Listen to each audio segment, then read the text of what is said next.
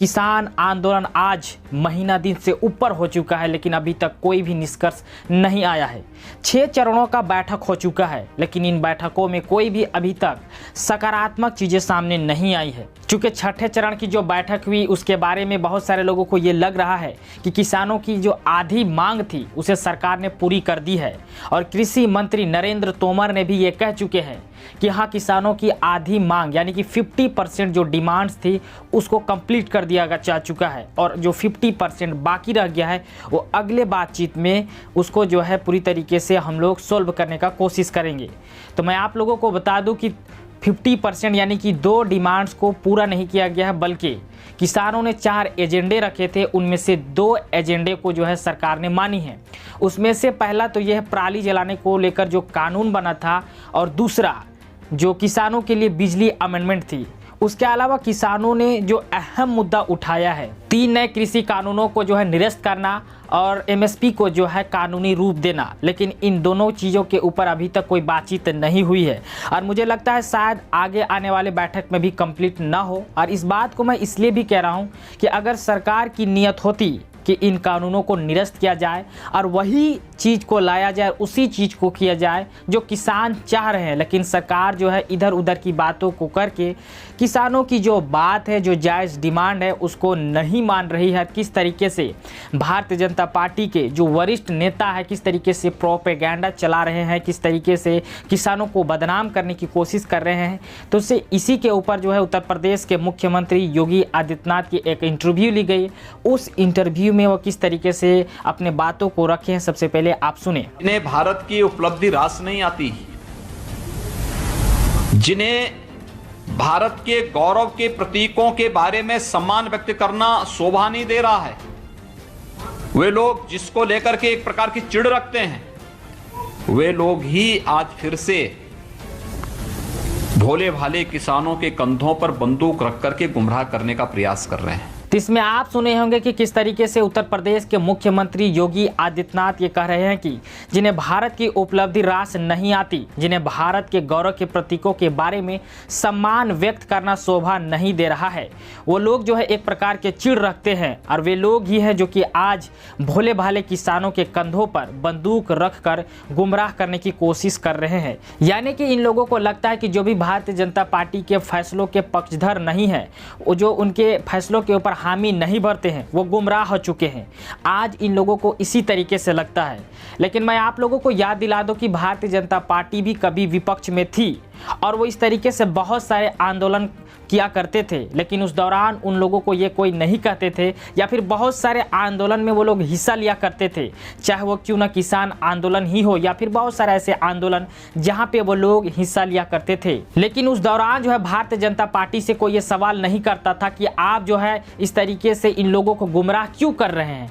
लेकिन आज सत्ता में जब भारतीय जनता पार्टी है तो किस तरीके से विपक्ष को पूरी तरीके से ख़त्म कर रही है, और ये मीडिया उसका किस तरीके से साथ दे रही है, और ये मीडिया जो है आज विपक्ष को साधती है और विपक्ष से सवाल करती है, जबकि जो भी फैसले लिए जा रहे हैं वे जो है भारतीय जनता पार्टी के सरकार के तत्वाधान में लिए जा रहे हैं। और सवाल तो जाहिर सी बात है भारतीय जनता पार्टी से होनी चाहिए, सत्ताधारी पार्टी से होनी चाहिए, लेकिन सवाल आज विपक्ष से की जाती है। ये सच्चाई है। योगी जी, आपने ये भी कहा कि ये पूरा का पूरा आंदोलन बहुत कम किसानों का आंदोलन है, लेकिन सच तो ये भी है, चलिए मान लिया पंजाब के ज्यादातर किसान इसमें हैं, लेकिन सच तो ये भी है कि यूपी के कुछ किसान भी शामिल हैं। दिल्ली यूपी का बॉर्डर आपको पता होगा, वहां कुछ सड़कें कई हफ्तों से बंद पड़ी हैं, तो उन सड़कों को खुलवाने के लिए, उन किसानों से बातचीत करने के लिए क्या आपने कोई प्लान बनाया?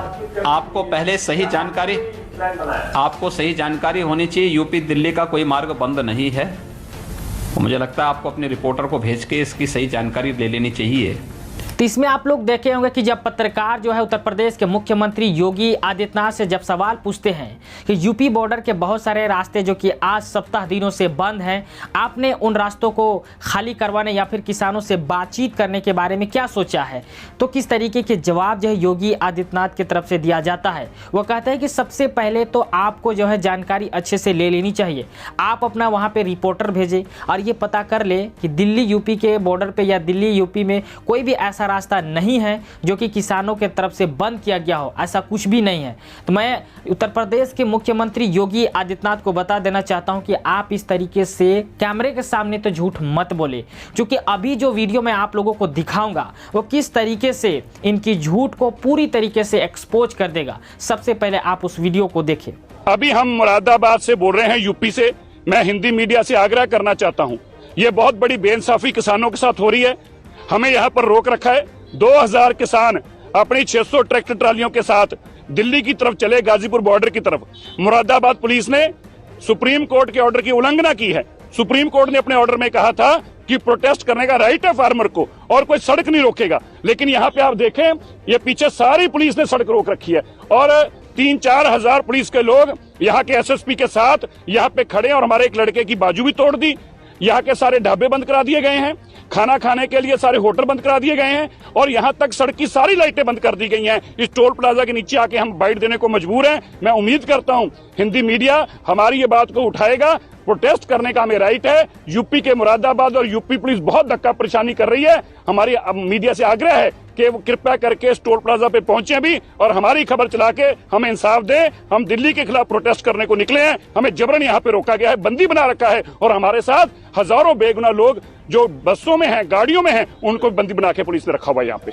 इस वीडियो में आप लोग देखे होंगे कि किस तरीके से किसान जो है अपनी आप बीती बता रहे हैं, किस तरीके से वो अपनी बेबसी जाहिर कर रहे हैं। और ये वीडियो जो है उत्तर प्रदेश के मुरादाबाद की है, जहाँ पे 2000 किसान जो है अपने 600 ट्रैक्टर और ट्रॉलियों के साथ जो है दिल्ली की ओर कुछ कर रहे हैं आंदोलन करने के लिए। लेकिन किस तरीके से मुरादाबाद में ही मुरादाबाद पुलिस के तरफ से उनको रोक दिया जाता है। और आप लोग ये भी सुने होंगे कि किस तरीके से उनका एक साथी का कंधा तोड़ दिया जाता है। और सबसे शर्म की बात तो यह है कि वहाँ जो ढाबा है, जो होटल है, उसे बंद करवा दिया गया है ताकि जो है वो लोग वहाँ पे खाने पीने के लिए तरस जाए और अंततः जो है उन्हें वह आंदोलन को ख़त्म करना पड़े। और वहाँ के जो रास्ते के जो लाइट होती हैं उन्हें भी पूरी तरीके से बंद करवा दिया गया है ताकि अंधेरे में जो है वो लोग न रह सके और उस आंदोलन को ख़त्म कर दे। इस तरीके के जो है गुंडागर्दी उत्तर प्रदेश के मुख्यमंत्री और उत्तर प्रदेश पुलिस के तरफ से किया जा रहा है। किस तरीके से दमनकारी नीतियों को अपनाया जा रहा है। और ये लोग जो है कैमरे के सामने आके ये झूठ बोलते हैं कि उत्तर प्रदेश में ऐसा कोई भी आंदोलन नहीं हो रहा है। और जबकि सुप्रीम कोर्ट ने ये ऑर्डर भी दे दिया कि किसानों का ये राइट है कि पीसफुल तरीके से जो इस तरीके के प्रोटेस्ट को अंजाम दे सकते हैं और उन्हें कोई नहीं रोक सकता। लेकिन ये लोग जो है किस तरीके से सुप्रीम कोर्ट की ऑर्डर का भी जो है अवहेलना कर रहे हैं। ये सच्चा है भारतीय जनता पार्टी की और भारतीय जनता पार्टी के इन गद्दावर नेताओं की। ये लोग जो है किस तरीके से कैमरे के सामने साफ सुथरी झूठ बोल जाते हैं। आप लोगों को इन तमाम चीज़ों को समझना होगा। इन सब के अलावा जो है पत्रकार उनसे एक अहम सवाल पूछते हैं। योगी जी, किसानों की बात हो गई, अब मैं आ रहा हूं 2022 में आपकी अग्नि परीक्षा होनी है। और मैं अग्नि परीक्षा इसलिए कहता हूं उसको, यूपी के चुनाव को, क्योंकि जब 325 सीटें पिछले चुनाव में बीजेपी ने जीती थी तब नरेंद्र मोदी के नाम पर जीती थी। उस समय पार्टी का चेहरा नरेंद्र मोदी थे। अमित शाह को चाणक्य कहा जाता है उत्तर प्रदेश में बीजेपी की उस जीत का। 2022 की अग्नि परीक्षा के बारे में आपने कुछ तैयारी की, अपने बारे में कुछ सोचा है क्या कि बहुत बड़ा बोझ आपके कंधों पर होगा 325 सीटों के उस प्रदर्शन को दोहराना? भारतीय जनता पार्टी 2022 में डंके की चोट पर फिर से चुनाव जीतेगी, कोई संदेह किसी को नहीं होना चाहिए। इसमें आप देखेंगे कि किस तरीके से जब पत्रकार जो है उत्तर प्रदेश के मुख्यमंत्री योगी आदित्यनाथ से ये सवाल पूछते हैं कि पिछले दफा जब आप जो है 325 सीट लाए थे उस समय प्रधानमंत्री नरेंद्र मोदी चेहरा थे और प्रधानमंत्री नरेंद्र मोदी के नाम पे वोट मिला था और गृह मंत्री अमित शाह चाणक्य के तौर पे देखे गए थे। लेकिन इस दफा 2022 में विधानसभा चुनाव जो होने वाले हैं उत्तर प्रदेश में, उसमें जो है किस तरीके की चीज़ें आपने सोच रखी है, क्योंकि इस दफा आपके कंधे पे एक बहुत बड़ा बोझ है, एक बहुत बड़ा जिम्मेदारी है। तो किस तरीके के शालीन तरीके का जवाब जो है योगी आदित्यनाथ की तरफ से आता है। वो कहते हैं कि भारतीय जनता पार्टी 2022 में डंके की चोट पर फिर से चुनाव जीतेगी, कोई संदेह किसी को नहीं होना चाहिए। इतना कॉन्फिडेंस कैसे आ सकता है? जिस तरीके से ये बात कर रहे हैं ऐसा लग रहा है कि ये लोग जो है लोगों की समस्याओं का समाधान बहुत अच्छे तरीके से किए हों, डोर टू डोर जाके लोगों की समस्या समस्याओं के बारे में ये लोग जाने हो तभी तो इस तरीके का ये बात कर रहे हैं। सच्चाई तो ये है, ये लोग और खास करके उत्तर प्रदेश के मुख्यमंत्री योगी आदित्यनाथ ने जगहों के नाम बदलने के अलावे लोगों की हालात को बिल्कुल भी नहीं बदले हैं। लेकिन कितना कॉन्फिडेंस है, ये कॉन्फिडेंस सिर्फ और सिर्फ एक ही चीज़ के लिए है। इन लोगों को पता है जिस तरीके का ये लोग जो है एक प्रोपेगेंडा चला रखी है, जिस तरीके से लोगों का ब्रेन वॉश कर रखी है कि हिंदुस्तान को हिंदू राष्ट्र बनाया जाएगा, और इसी का ये जो है एक पहला सीढ़ी है कि बहुत सारे ऐसे जगह जिनका नाम जो है ये लोग बदल के हिंदू रीति रिवाज के अनुसार रखे हैं। ये चीज़ जो है ये लोगों को जताना चाहते हैं, लेकिन लोगों को ये समझना होगा कि ऐसा कुछ नहीं होने वाला है। ये सिर्फ एक चोचले हैं, ये चोचलेबाजी है और कुछ भी नहीं। अगर आप जो है हिंदुस्तान को सफल होना देखना चाहते हैं तो आपको जो है एक सही व्यक्ति को चुनना पड़ेगा, और आप खुद डिसाइड करें कि आपके लिए, इस देश के लिए कौन बेहतर हो सकता है। तो आज की इस वीडियो में बस इतना ही, फिर मिलेंगे एक नए वीडियो के साथ। जय हिंद।